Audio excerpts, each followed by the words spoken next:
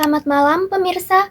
Mengawali reportase hukum kali ini bersama saya Karisma Nila Alura dengan NIM D1A02410176. Video ini disusun untuk memenuhi ujian akhir semester mata kuliah delik-delik tertentu dalam KUHP di bawah bimbingan dosen pengampu Ibu Ika Yuliana Susilawati, SHMH. Fokus sorotan hukum kita hari ini akan membedah secara tajam implementasi dari pasal 419 ayat 2. Undang-Undang Nomor 1 Tahun 2023 tentang KUHP Nasional, di mana pasal ini mengatur mengenai sanksi berat bagi siapa saja, baik laki-laki maupun perempuan, yang secara sengaja menghubungkan atau memudahkan orang lain untuk melakukan perbuatan cabul atau bersetubuh dengan seorang anak, yang dalam hal ini dilakukan oleh orang tua kandung, tiri, angkat, maupun wali di bawah pengasuhannya. Pemirsa, kasus ini kita awali dari wilayah kota X.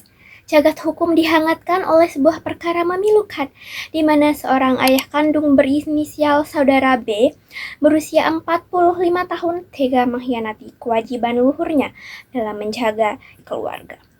Saudara B secara sadar memanfaatkan otoritas pengasuhannya untuk mengeksploitasi anak kandungnya sendiri, seorang anak perempuan berinisial C, yang baru menginjak usia 14 tahun.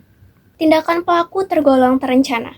Saudara B bertindak aktif di lapangan dengan memesankan sebuah kamar penginapan, mengatur pertemuan rahasia, hingga menghubungkan korban C secara langsung kepada pihak ketiga, yaitu Saudara X.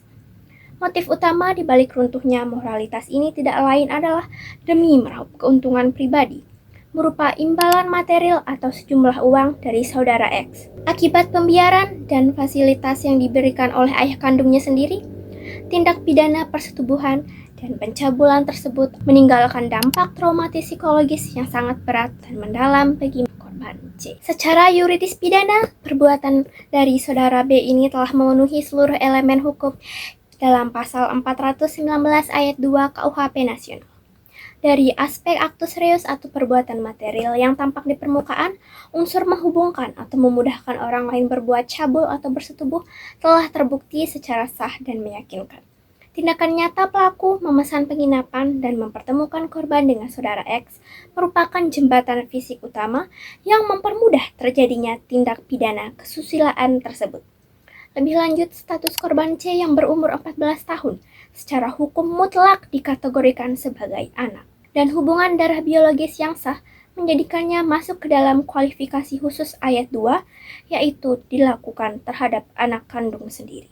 Jika meneliti dari aspek mens rea atau unsur jahatnya, niat jahat dari Saudara B terwujud dalam bentuk kesengajaan sebagai maksud atau dolus. Pelaku tidak hanya mengetahui, tetapi menghendaki penuh terwujudnya perbuatan tersebut demi motif ekonomi. Sikap batin ini diperparah dengan penyalahgunaan kekuasaan pengasuhan, di mana pelaku secara sadar mengabaikan kewajiban hukum untuk melindungi anak di bawah umur.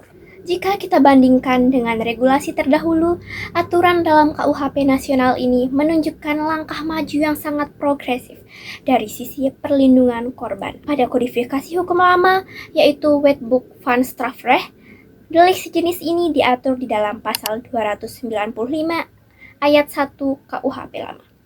Namun rumusan pasal tersebut dinilai memiliki celah hukum karena hanya membatasi perbuatannya pada frasa memudahkan perbuatan cabul saja. Melalui pembaharuan hukum dalam pasal 419 KUHP Nasional, pembentuk undang-undang secara tegas dan eksplisit menambahkan frasa atau bersetubuh.